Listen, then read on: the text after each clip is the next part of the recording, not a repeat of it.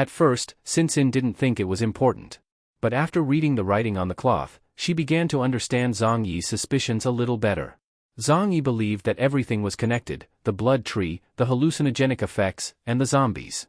He was convinced that Li Jian was now a priest of the sect, and that what was written in the note was the truth.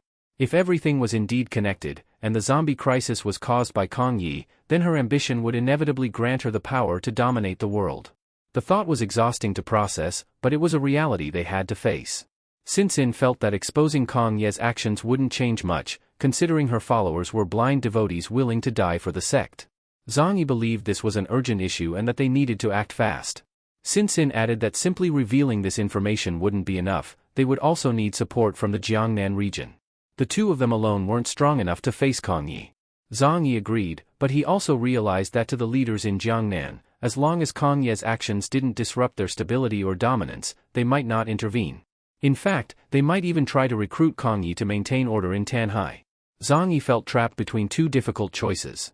If he went south, his power would be exploited by Jiangnan. But if he stayed, his instincts told him that Kong Yi would eventually kill them all. Sin noticed the unease on Zhang Yi's face and reminded him to stay focused. In this world, everything came down to interests. If they could leverage the interests of Jiangnan, that region would be willing to cooperate. She then asked what Jiangnan's main concern was. Zhang Yi explained it was their position of power. Therefore, they had to ensure that Jiangnan knew who was behind the creation of the zombies, because it posed a direct threat to their authority. Still, Zhang Yi admitted the current evidence wasn't strong enough to convince anyone. Sin insisted that concrete proof wasn't the most important thing. What they needed was to raise suspicion about Kong Yi. If Jiangnan began to doubt her, they would launch an investigation. If Kong Yi resisted, that would only confirm something was wrong. And if she didn't, the truth would be uncovered quickly. Zhang Yi finally understood that their goal was to make Jiangnan realize the true threat Kong Yi posed. This was the plan Sin proposed. She then asked if Zhang Yi believed Jiangnan wouldn't be interested in Kong Yi if Bian Junwu knew she had multiple abilities. Zhang Yi concluded that they would definitely take her in for investigation, which would shift focus away from the city's problems. It was a brilliant idea, but they would need to plan every step very carefully. Any mistake could be fatal. Sin reminded him to stay focused on analyzing the files, because they were crucial. She pointed out a woman who was Kong Ye's right hand, the one involved in negotiations with the Bai Sui sect. It was important to determine whether the conspiracy was known only to this woman or if the entire sect was involved. If it was the latter, they would face many more enemies. Zhang Yi believed that the people in the sect had suffered more than anyone. If they found out the truth, they could become the greatest allies in this war. A few moments later, Sin found a critical piece of information. Zhang Yi had been Kong Ye's neighbor since she was 8 years old. During the time Kong Yi disappeared, Zhang Yi also left the city without any explanation.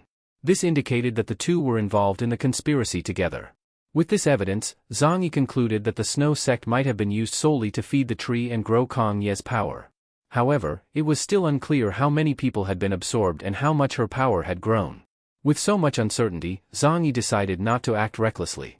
He needed to think carefully about how to avoid the destruction the Snow sect could unleash. After a long period of thought, Zhang Yi finally decided to sleep. If he ever had to move, he wanted to take this bed with him, along with all the women who shared it. There was no better place to rest after a tiring day. Still, one thing kept bothering him. That blood tree had to be connected to something much bigger. He wondered if it had anything to do with the zombies. His thoughts kept swirling until he finally drifted off. In his dream, he recalled his visit to the Snow sect's headquarters, standing before the sacred tree, which now seemed even larger in his memory. At that moment, Zhang Yi realized that the roots, which should have been supporting such a massive tree, were likely hiding zombies. After all, zombies prefer dark and damp places. This theory made sense to him. He also remembered Li Jian's ability to grow fruit-bearing trees, something he had seen before. Perhaps Li Jian had been strengthening the tree, and after joining the sect, the appearance of the zombies became inevitable. Zhang Yi felt increasingly certain that Li Jian's power was the key to everything that was happening. In his dream, the zombies seemed to be watching him, and the fear jolted him awake. But it was just a dream. If there was a hidden meaning in it, Zhang Yi couldn't understand it yet.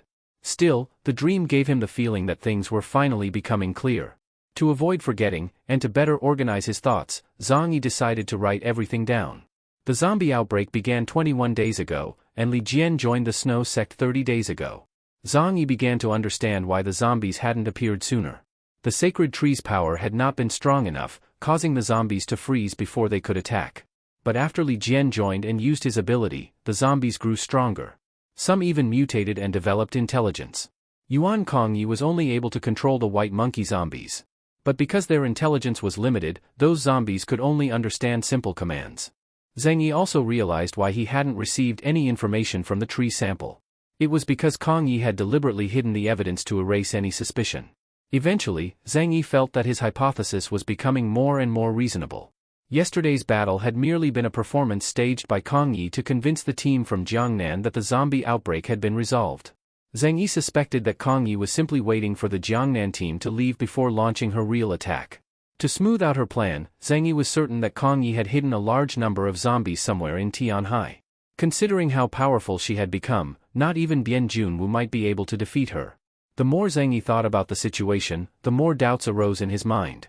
As Sinsin knocked on the door and asked to come in, Zhang Yi allowed her in, hoping for new information. Sinsin, who looked excited, indeed had something new to share. But before she could speak, Zhang Yi showed her the notes and conclusions he had made. After reading everything, Sinsin realized that Zhang Yi's theory made even more sense.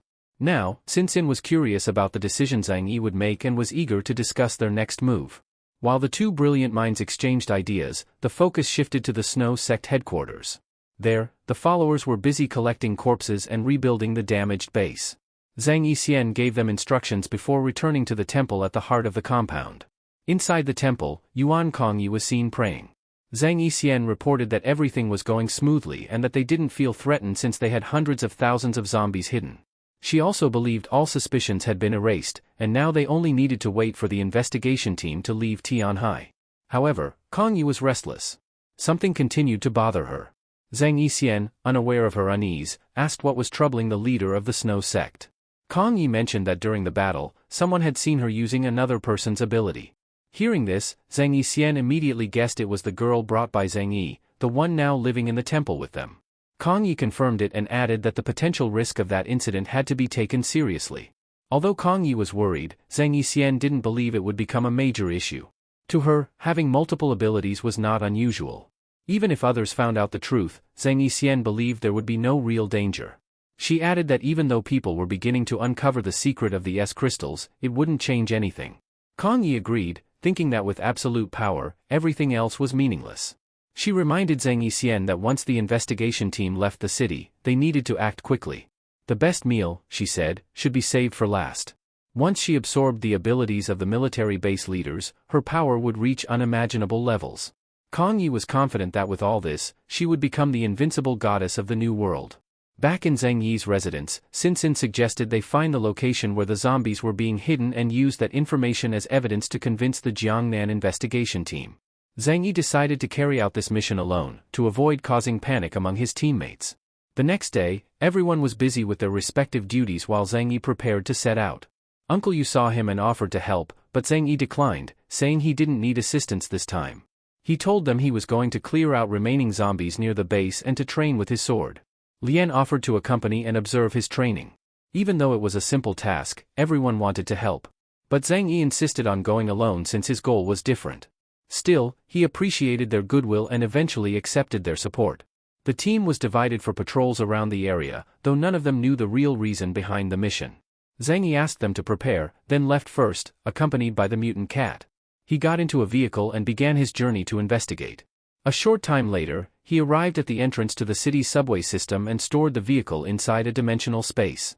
Using GPS, Zhang Yi saw that he was still about 10 kilometers from the Snow Sect's headquarters.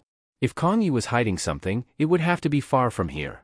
Zhang Yi asked the mutant cat to help detect the presence of zombies.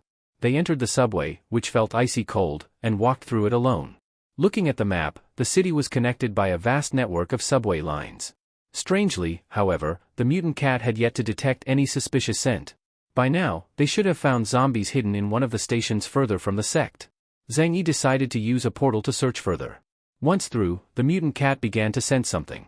Zhang Yi checked the position tracker and realized he was now outside the boundaries of Tianhai.